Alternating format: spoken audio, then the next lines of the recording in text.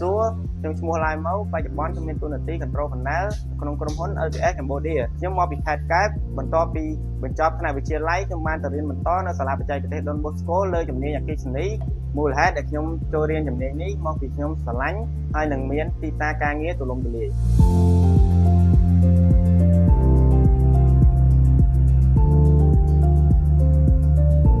ក្នុងកំឡុងពេលដែលខ្ញុំសិក្សាខ្ញុំទទួលបានចំណេះនិងជំនាញពីលោកគ្រូនៅក្នុងផ្នែកក្រោយខ្ញុំបញ្ចប់ពីសាលាខ្ញុំទទួលបានការងារល្អធ្វើជួយសម្រាប់បន្ទុកក្រុមគ្រួសារនិងមានប្រាក់ចំណូលប្រចាំខែខ្ញុំយល់ថាការរៀនជំនាញពិតជាមានសារៈសំខាន់ណាស់ព្រោះមានជំនាញខ្លះតម្រូវការទីផ្សារសម្រាប់យុវជនបញ្ចប់ថ្នាក់ទី12គម្រោងមូលនិធិអភិវឌ្ឍជំនាញ SPF បានជួយឲ្យខ្ញុំរៀនបញ្ចប់រយៈពេល2ឆ្នាំនិងទទួលបានការងារល្អធ្វើ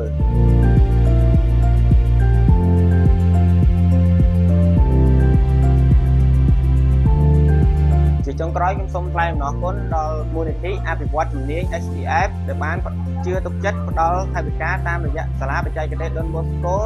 ក្នុងការបណ្ដុះបណ្ដាលហើយខ្ញុំសង្ឃឹមថាគម្រោងនេះនៅតែបន្តសហការផ្ដល់ឱកាសដល់យុវជនជំនាន់ក្រោយសូមអរគុណ